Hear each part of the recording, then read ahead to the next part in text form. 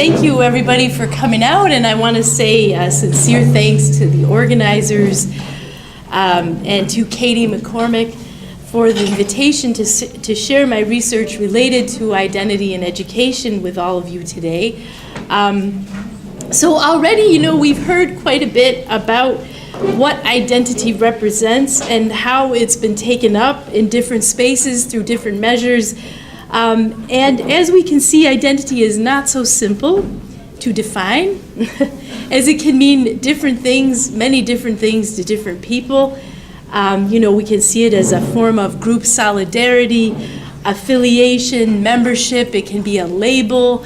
But I think most of us can probably agree that identity is social, in the sense that in applied linguistics, we would say that it's extra-linguistic, meaning that it's something that comes to us from the outside. It's different from a personality, psychologically deemed inherent or within.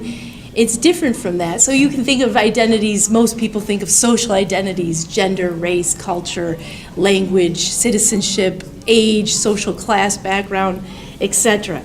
But the thing that's most interesting to me about identity is it might not even be an it, but Simone de Beauvoir, a famous French philosopher and writer, once had this quote, and you probably know it: "On n'est pas né une femme, on le devient."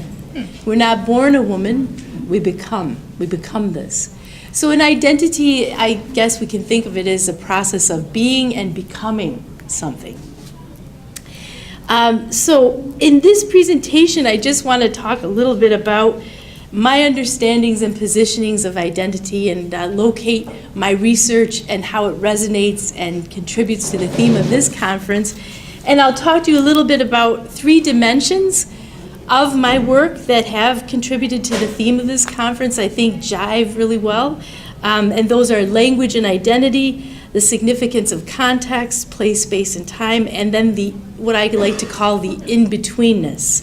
And the in-betweenness really looks at how we as educators, students, teachers, faculty members, officials even, even administrators, how we have to work between nationalist discourses and the complex everyday practices in our own classrooms, in our own research, in our own teaching.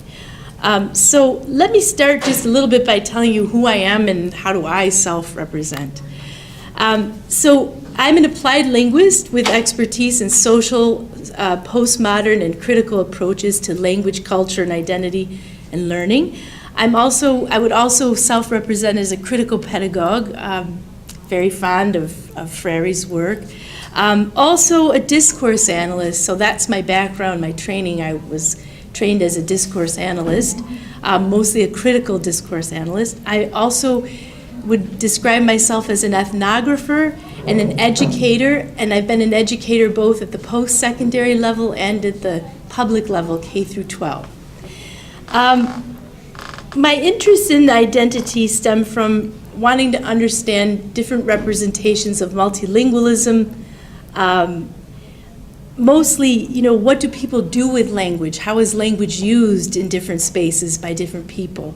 And especially how that concerns our identity construction. So I'm particularly interested in how relations of power are managed, negotiated, and challenged through people's everyday language practices, as well as how and why people engage in the learning and teaching of languages. So the kinds of work that I do are critical ethnographic work, transdisciplinary, longitudinal, reflexive, sociolinguistic, post-structural, and discourse analytic work.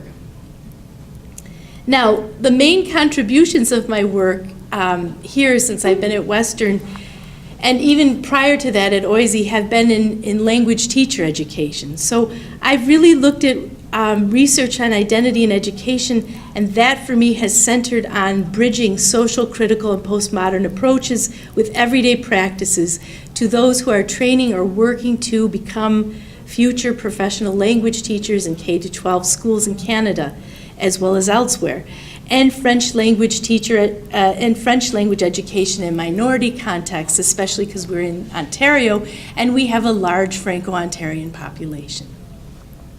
So I have two different projects. One that now focuses on, I've shifted from language teachers to little toddlers, 3 or 4-year-olds, and I'm sort of looking at language development of Francophone minority children in a minority context. But the research that I probably have done the most here is a project that I had. I had a shirk that looked at the pedagogical experiences of multilingual student teachers of French as a second language in Ontario, from volition to professional insertion. And this was a multi-site longitudinal ethnographic study. And my contributions have also extended outside of Canada, as I received an award for life as a docent. It's a visiting professor at the University of Helsinki, Finland, for both my teaching and research contributions. So the 3 dimensions of the contributions that I want to talk about today are language and identity, and then identities, the context, the significance of context, and then the in-betweenness, or what I would like to call transdisciplinary practices. So let me just make sure I've said everything here. Yes, so if we look at language, language use is never neutral, okay? It's always situated. So in the same vein, the claiming of an identity or position taking is not neutral, but it represents a political act, okay? If we say we're something, we're taking a stance and we're saying we belong to a certain group, or we see ourselves in a certain way that maybe others don't see us as. Okay? And so it's through language that we negotiate a sense of self. Okay? So the minute that we speak, our words become a representation, a discourse, open to others for interpretation of how we will be seen, heard, recognized, valued. So as a person, for example, as a person of low status, high status, as a Chinese Canadian, an African American, a Francophone, an athlete, my research started out by looking at what it means to be and become a Canadian through the voices of Italian Canadian youth enrolled in French university language programs, including teacher ed programs. So language use, the ways we use language and how certain uses of language and communicating become possible and valued have really been the foci of my research.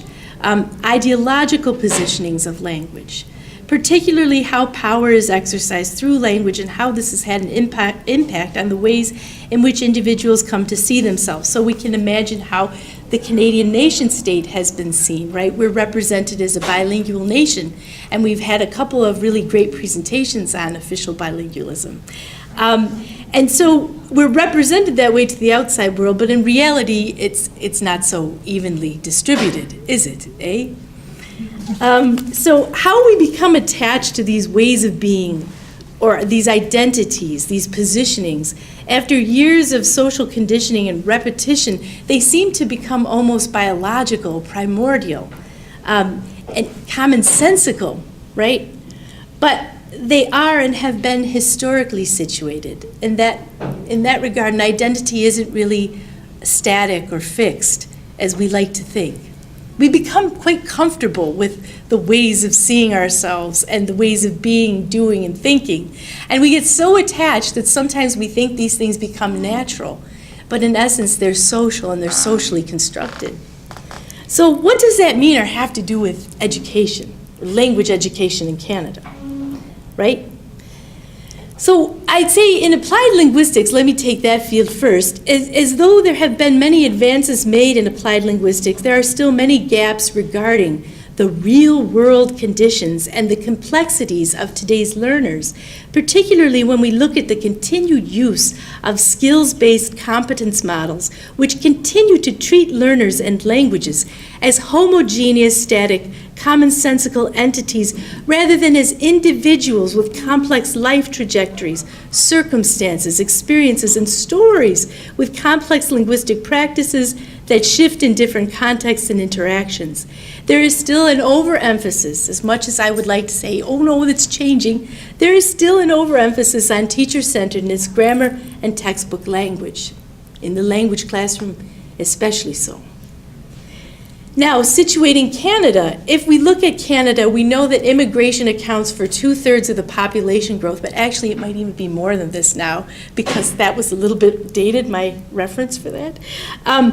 We see that students are opting to pursue a career in teaching French in Canada, and the students that are doing this are challenging traditional conceptualizations of the notions of francophone and anglophone. Okay? The same can be said for students in French language education. Traditional ethno-linguistic labels can no longer reflect the complexities or social realities of today's youth. There remains still a critical need to reshape pedagogies that reflect the complex linguistic and social practices of youth with multiple heterogeneous identities. However, awareness, or what I like to call reflexivity, in the field of French language pedagogy appears relatively unexplored beyond the local context. For example, we still use the label French as a second language, even though that's really not reflective of the students we have in the classroom.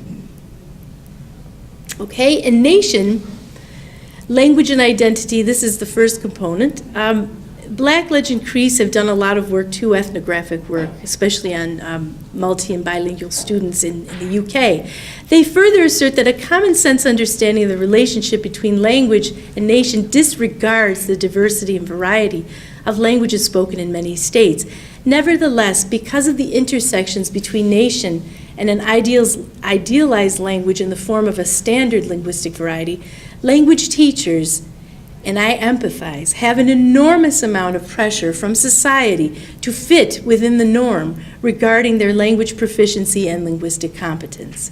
They are often critiqued and under scrutiny by other teachers, parents, and students if they happen to speak another linguistic variety of French or speak French with a different accent, other than what is ideologically deemed the standard linguistic variety and legitimized accent. Okay?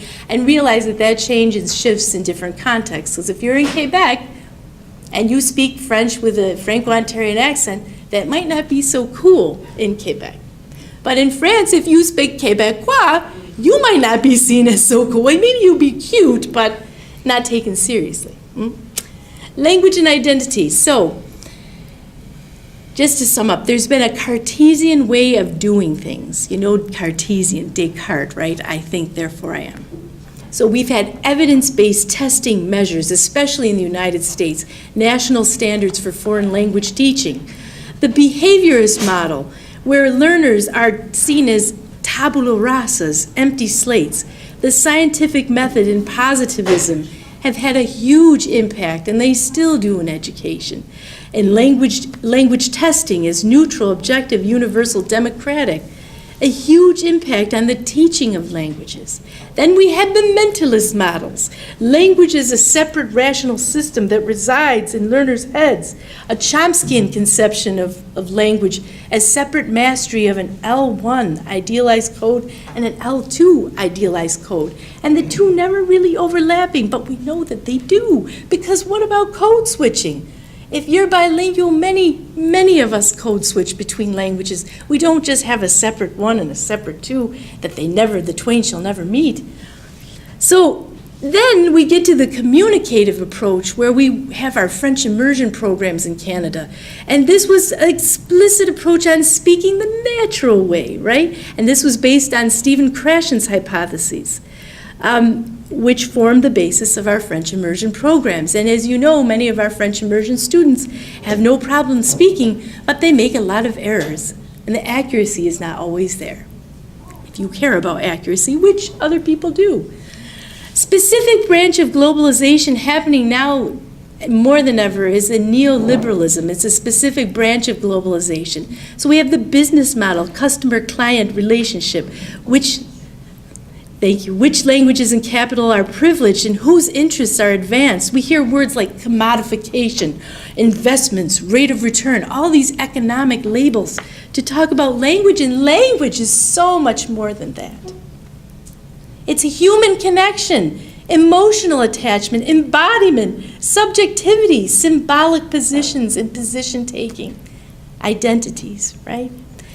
Despite translingual practices, despite heterogeneity, diversities, multiplicities, students with complex positionings, and I'm talking about students that A student who might speak Ebonics at home and then goes into the classroom and has to learn how to speak standard English, right? But they can switch between the two and use different styles and genres. But that's not regarded as, that's not given value. And that's what's wrong. Because if we did give value, could you imagine what that could do for those students' identities, for their life chances? So despite that we have this complexity, there's still a lot of tension and resistance to incorporating more social and reflective approaches to language teaching. Besides, this training would cost a lot of money and time, right? The government doesn't want to give us that. We have to keep fighting.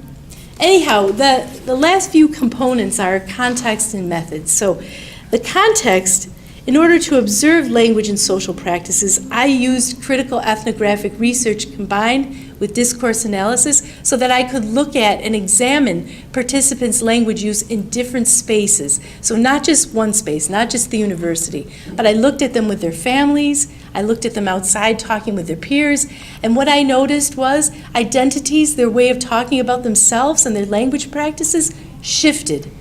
So they weren't stable, and they were very contradictory. One student said she was very proud to be Franco-Ontarian in Quebec, that it was cool, that she loved it, she was proud, and that she felt like she was a pure Quebecoise through and through. And then in another setting, talking with one of her friends, she said, yeah, they don't think I can pronounce my R's. They think I talk like this, and she spoke in French with an English accent. So being Franco-Ontarian wasn't cool there.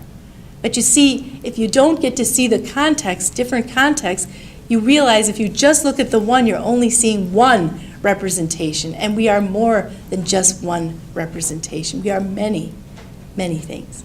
So the in-betweenness I might leave for later because I don't want to infringe and take up too much time.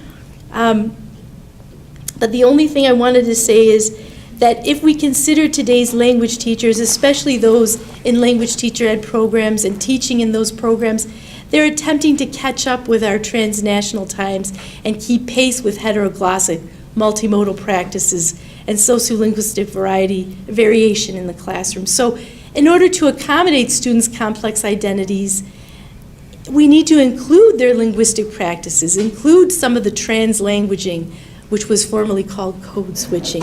Translating is so powerful, and using different genres and styles and registers to get at different voices in our classrooms. My research represents one way to pave such approaches and practices forward, challenging both theory and political binaries in contemporary times.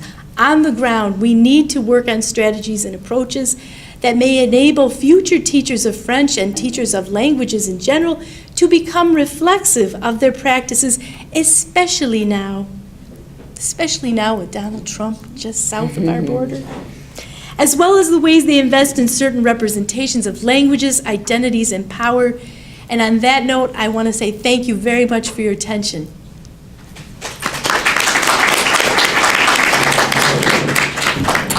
And I pass it to Deanne. PowerPoint. Decided to go with PowerPoint because otherwise I'm waving my arm to try to show data and it's never pretty.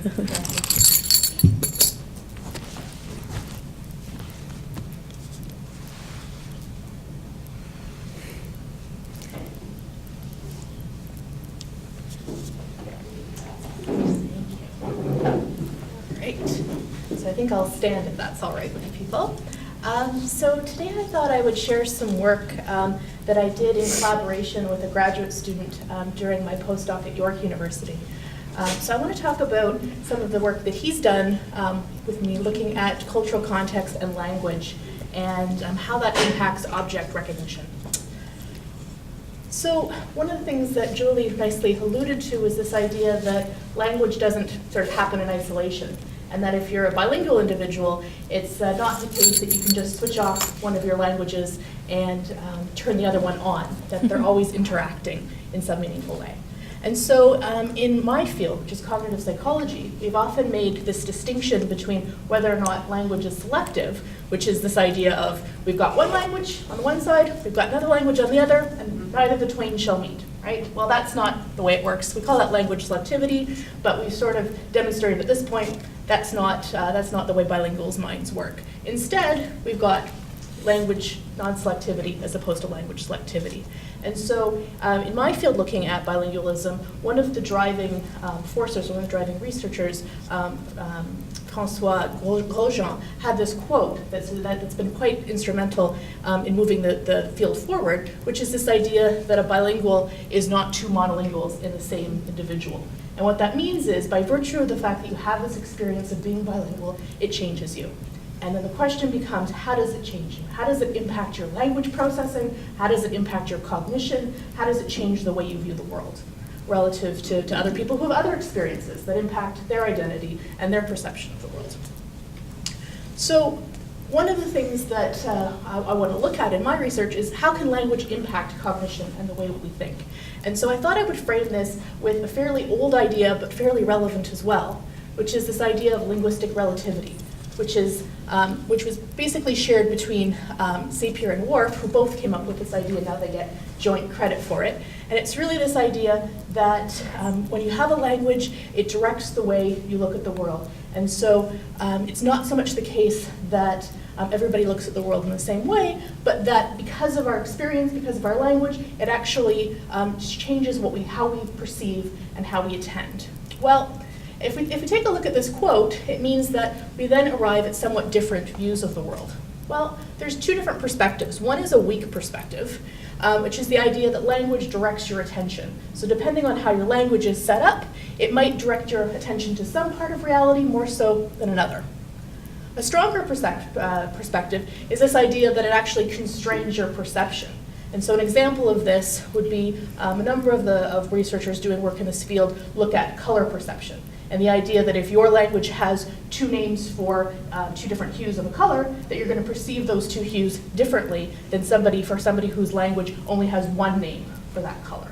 And so the question then becomes, how does then your language shape how you perceive? Does it just direct your attention to highlight certain things, or does it actually change the fundamental way in which you're actually looking at the world, right? And what we might expect is, well, what we perceive and what we attend to should shape our identity, should shape how we look at the world around us. So one of the problems with this type of research in trying to differentiate between a weak position versus a strong position is that a lot of the research asks people to categorize things, in which case we can't really tell as to whether or not people are perceiving things differently or whether or not they're just attending to things differently. So the work that I did with Matthias on this question used event-related potentials to try to uncover what's going on at the neural level when individuals are processing information. And so the nice thing about event-related potentials is it allows us to look at a millisecond precision about what's happening in the brain as individuals are being asked to look at pictures or hear words or read words. So just to give you a little bit of background on ERP before I tell you about the results, here's a typical participant, although in the study I'm going to tell you about they're adults and not children. And you can see she's wearing an ERP cap. And with our computer, we can collect neurological data, or neural activity, really. And so what happens is, for each of these channels, we've got one column, or I guess one row, really, of data. And if you're sitting there as the experimenter, all you're trying to do is make sure the person is staying awake and doing your task appropriately. But what we can do is we can give them different types of stimuli. So we can give them, let's say, adjectives versus nouns, and we want to know, do they respond to those two types of stimuli differently? And we can average that across different trials to get a picture of what the neural activity looks like for one versus the other. So here's a typical ERP graph, and what you can see is the graph is the neural waves. We can see in terms of what's happening when somebody is responding to a particular stimuli or picture. So this is 0 milliseconds, and then up to 800 milliseconds, really. And then along the y-axis, what you've got is the amplitude with respect to the electrical activity that happens in your brain. And what's of particular interest is if we're comparing two conditions, we can ask, okay, so what's happening with nouns versus adjectives in my fictional example here? And what we're particularly interested in as language researchers is the N400. And what I mean by the N400 is it happens 400 milliseconds after you've seen something, so the 400, and it's called N because it's a negative going waveform. So it's a negative going deflection that goes upward, and we're interested in whether or not there's differences between the two types of stimuli, basically in this time window here. There's this old convention of plotting negative upwards, so I've done that here. People have tried to rebel against it, but it hasn't stuck. So we're still plotting negative upwards, and this is really, when we look at this type of window, what we're interested in, or what we think it reflects in terms of processing, is lexical processing. So processing of words and processing of semantic information as well. So if we see differences here, it suggests that people are responding to different types of words or different types of stimuli differently with respect to how they're extracting meaning from them. Okay, so that's the quick little course on event-related potentials. How did we go about using them? Well, we know that culture is an important source of identity, and we know that culture, language, and cognition are intertwined. So in this particular study, what we wanted to know was, well, does cultural context and language impact how people recognize objects that they see? And so, more specifically, are objects culturally bound, and is it easier to access an object through the language of that particular culture? So here's a model that sort of gets our head around it a little bit.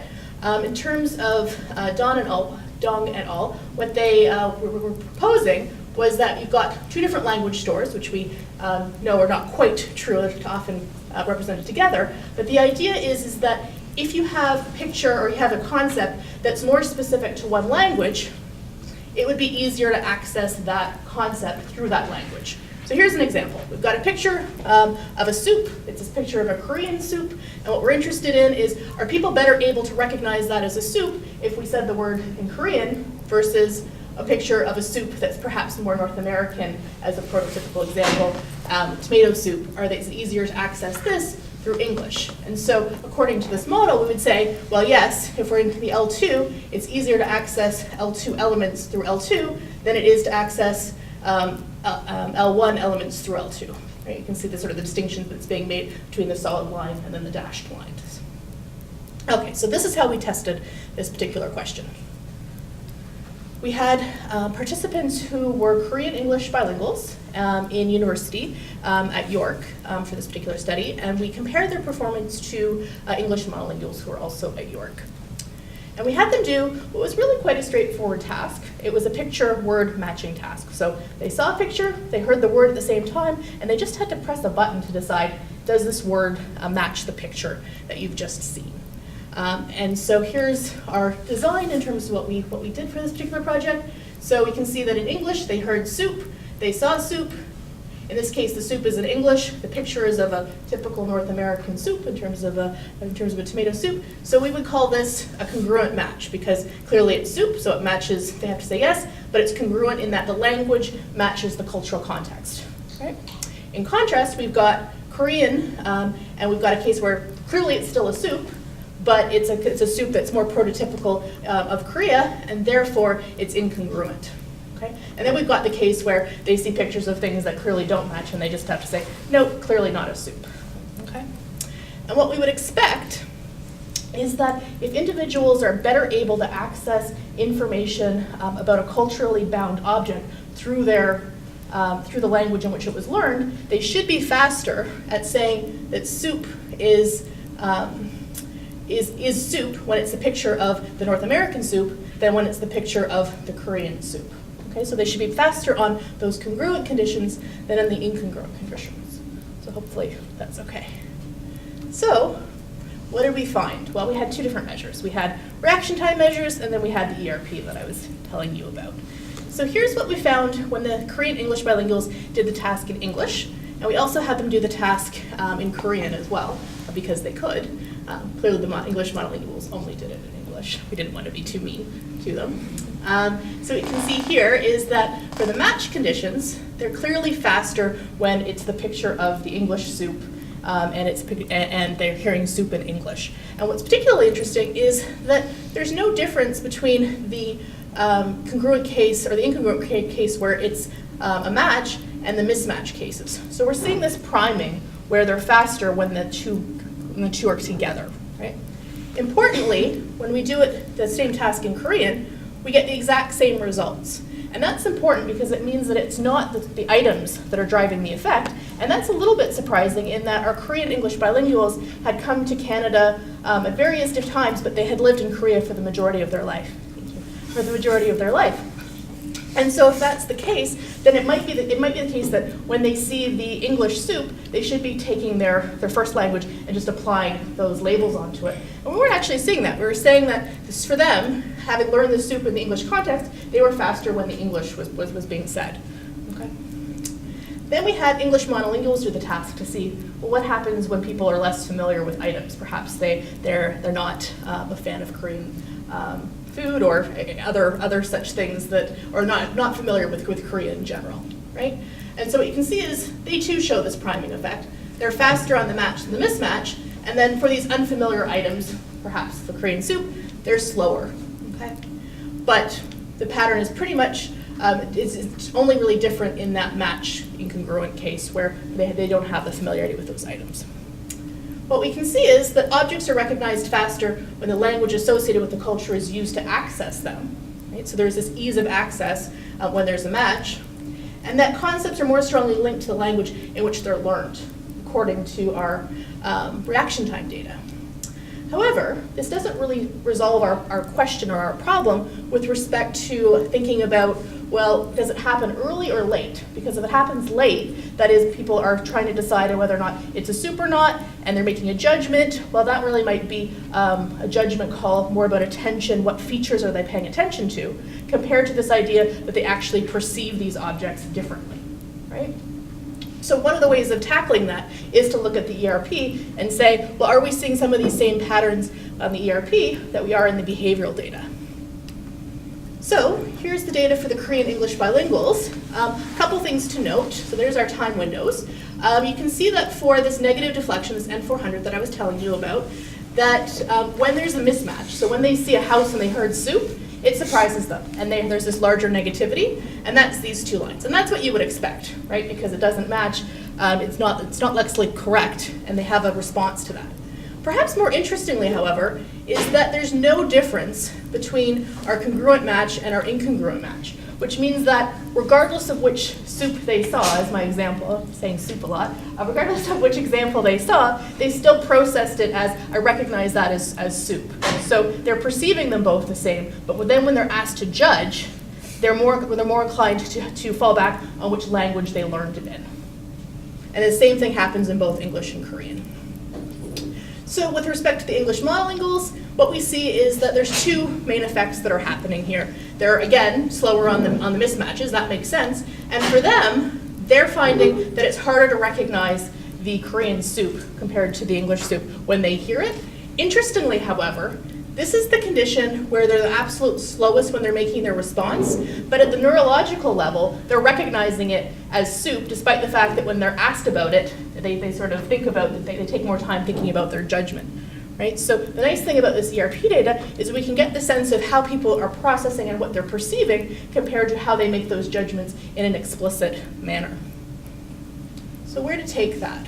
Well, the ERP results really support this idea that language is directing attention rather than constraining the perception. So the ERP suggests that they're still able to access the meaning. It's when you're asked to make a judgment that you have difficulty not linking it in to the language. And so if we think back to this model, we can see that the model needs some tweaking. It does a good job with the behavioral data, but at the perceptual level, there actually seems to be more with respect to being able to identify these objects regardless of language. So what we're getting from this is that language and culture certainly shape our experience and how we attend our world and what judgments that we're willing to make. And there's this ease of access through the language in which you've acquired something. And one can only presume then that this attention subsequently shapes what it is we perceive in the world and how we see our place in the world given that. So, thank you.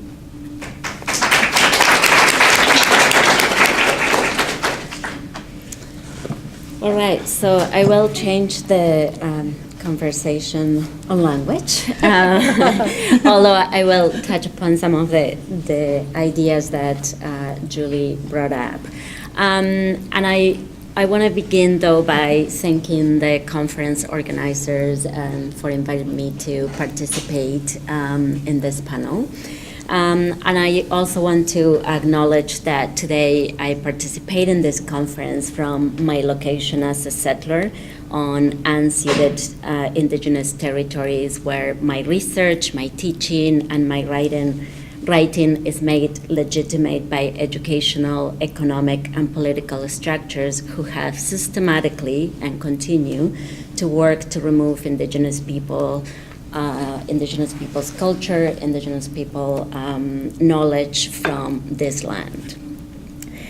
From that position, as an early childhood education scholar, I've been thinking a lot about children's identities, probably for 10 years right now. But in particular, what I have been trying to do is to reconfigure how young children's identity is conceptualized in early childhood education practices, particularly in childcare, when early childhood educators work with children.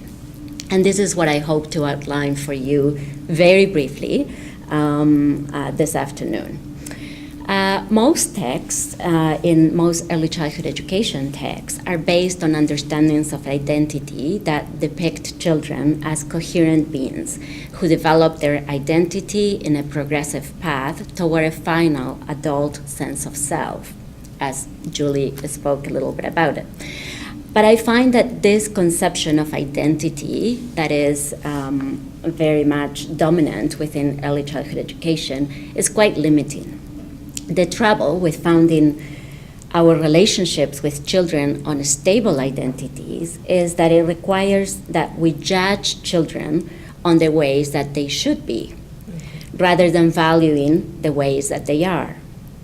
I think that in practice, you can't really have a relationship with who someone should be.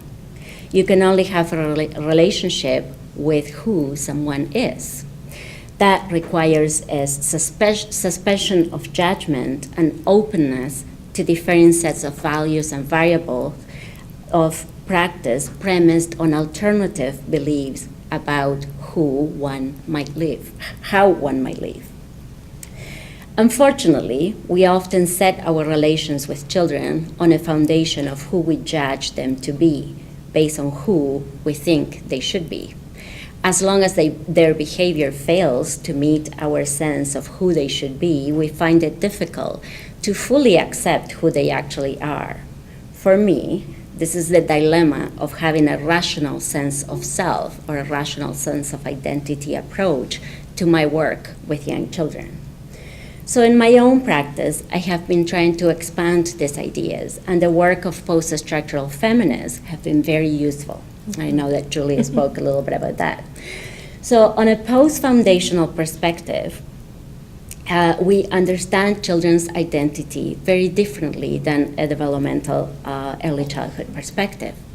Post-structural feminists, for instance, foreground the concept of subject formation or subjectivity, and describe process of subjectivity as those in which the individual becomes a subject in the world through discursive negotiations. Feminist post-structural theories bring attention to the way that children's identities or children's subjectivities are always embedded in discourses, such as those discourses of gender, of ethnicity, of race, of class, of language, of immigration, and so on. So we become subjects. In a simultaneous process of being subjected to dominant discourses and subjecting ourselves to them by picking up normalized meanings or understandings. Alternatively, we might go against the grain of these meanings and formulate resistant meanings and discourses. The subject then can be understood as perhaps an individual patchwork or weave of materialized negotiated meanings. For example, as adults, we act differently in different contexts. Children do exactly the same. You undoubtedly have noticed that children act one way with you if you are a teacher and in another way with their families. An educator may report, for example, that a child is very well behaved. The parents may appear shocked, saying that this is not what they experience at home. Understanding that we all have many subjectivities opens up the possibility of understanding children's complex identities. So from a post-structural feminist standpoint, an individual emerges through the processes of social interaction, not as a relatively fixed end product, but as one who is constituted and reconstituted through the various discursive practices in which he or she participates. In this perspective, human beings have multiple complex, contradictory ways of being and acting in the world, and the person is seen to emerge from discursive practices. The subject is understood not as consistent or rational, but emerging in response to the positions that are made possible by a given situation. Thus, young children and educators or adults may have multiple and even contradictory positions by which they know and understand. So identities, according to post-structural feminists, are dynamic because subject formation is never complete and fixed, but is always changing and in the process of being formed. But here is as far as I can go with post-structural feminism. And I find the work of Deleuze and Guattari informative and valuable for continuing to think about children's identities in my own practice.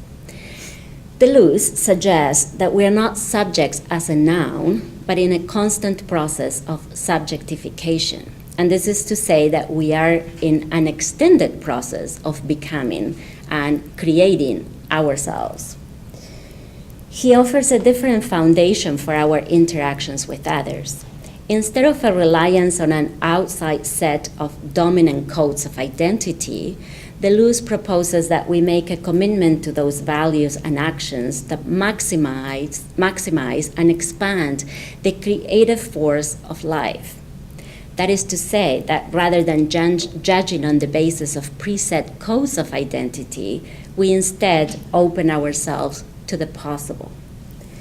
In this, we move from the question of what must I do to be a good person to the question of what can I do or what am I capable of doing.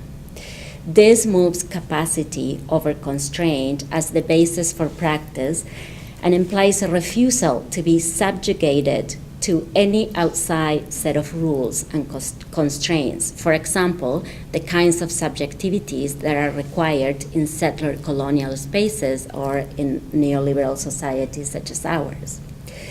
It is, in Deleuze's terms, a refusal to be a slave of capitalism.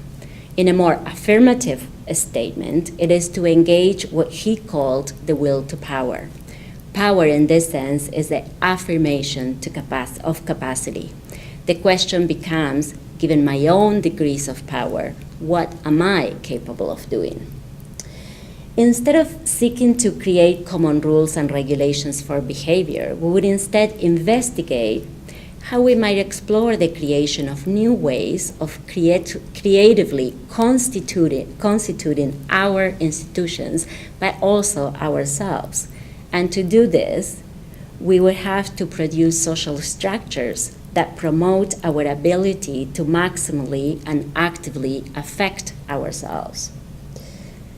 We would use the ways in which we come together in our work in education to investigate how we might overcome our static sense of selves as both workers and as young children. We would jointly engage in practices of self-transformation rather than exercises in which can control and constrain one another. Our sets of relations and institutional practices would measure success on the basis of social, political, and personal liberation and self-transformation, rather than successful surveillance to the modes of domination and control imposed by the existing system of rule. In this, we would no longer be subjects or selves in any predictable way. Instead, we would open our work together as an open inquiry into who we might become, but will never finally be. our work will look considerably more like living art, perhaps, than an extension of infinite bureaucratic mandates. Again, as Deleuze suggests, we are not subjects as a noun, but in constant processes of subjectification. And that is to say that we are in an extended process of becoming and creating ourselves. So for me, the point of early childhood education practices is the ongoing and constant production of new subjectivities, new selves, and consequently, and hopefully, new worlds. Therefore, in my work with early childhood educators, I strive to think about education as a deeply political and ethical endeavor that requires that we explicitly engage and implicate ourselves in the crafting of new identities and new ways of being that challenge the neo-colonial system, the neoliberal state, and the theological Western human exceptionalism that characterizes our rather unjust world. So to end, the rather big questions that guide my practice are how to interrupt the cascade of neoliberal and neocolonial subjectivities of productive and consuming neoliberal citizens. How do we do that in early childhood education? And how might early childhood education engage in explicitly experimenting the production of a new subject that are not yet imagined within the colonial and capitalist modes of living? Thank you.